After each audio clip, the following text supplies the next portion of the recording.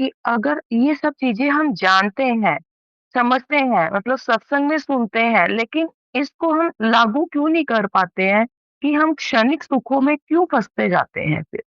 इसलिए फँसते जाते हैं क्योंकि आप मन में रहते हो, संसार में रहते हो। संसार डुअलिटी है, इसमें सुख और दुख दोनों ही रहते हैं।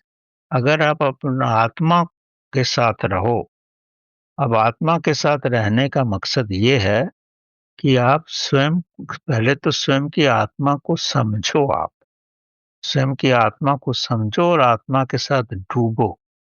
तो जैसे ही स्वयं की आत्मा को समझोगे तो आप मन से ऊपर हो जाओगे। अब जैसे ही मन नहीं रहा तो बाकी क्या बचता है?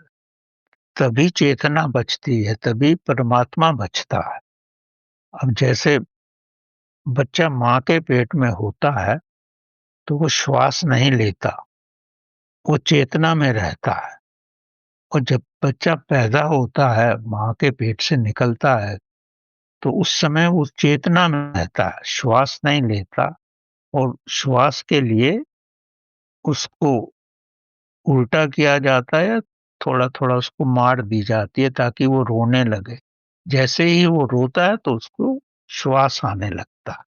जब श्वास आता है तो उसकी चेतना लुप्त हो जाती है, कॉन्शसनेस लुप्त हो जाती है और सारे जीवन भर उसी चेतना की खोज में रहता है जो माँ के गर्भ में चेतना में थी, क्योंकि माँ के गर्भ में ही उसको सबसे ज़्यादा आराम था।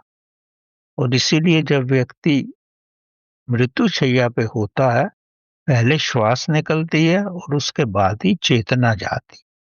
तो अगर हम चेतना को अपने जीते जी इसका अनुभव कर सकें, इसका अनुभव तभी होता है जब आप मानसिक रूप से नो माइंड स्टेट में आ जाओ। मतलब आप विचार शून्य हो, भावना शून्य हो और एकदम स्थित प्रज्ञ हो।